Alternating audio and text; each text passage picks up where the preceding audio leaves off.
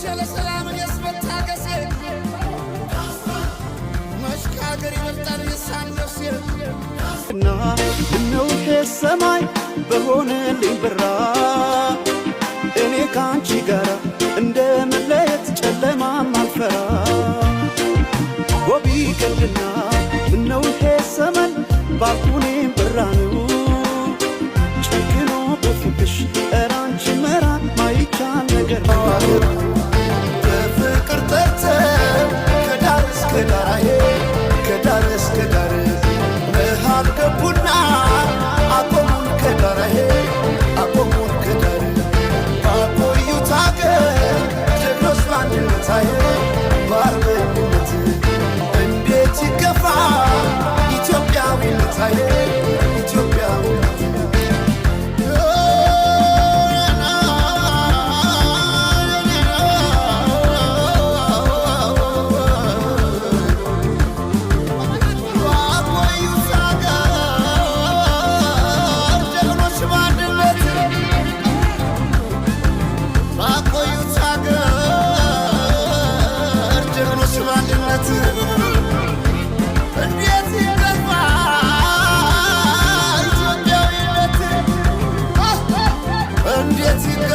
ክብሩን ብኩርናውን ለሆዱ ለቀልጥም ለምስር ወጥ የሚሸጥ ብቻ እኮ ነው የተሰበሰበው። በዚህ መካከል አንድ ለእውነት የሚቆም ሰው ሲገኝ እንደምን አክብሮት አይገባው ይገባዋል። እና በናአት ላይ እያረረ ሆዴ ብስቅ በማሽላ ዘዴ ናት አደም ይለኛል ደግሞ በነኡኡ ሬጌ ና ከኛ ጋር ምናምን ግርም ያለ ጊዜ ሆነ ሰዓቱ በዳንኪራው ደምቆ በምቱ ለደቂቃም አይቆይ በስልቱ ቦግልም እያለ መብራቱ ናአት ላይ ያለ ነው። ይህም ስለምንድን ነው የሚያወራው? ቴዲ አፍሮ አብይ አህመድ እንደመጣ የነበረው ቻቻታ ፌስታው። ምክንያቱም አብይ አህመድ ህዝቡን ኢትዮጵያ ኢትዮጵያ በሚል ቀጣፊ ምላሱ ህዝቡን ያታለለበት ዘመን ነው።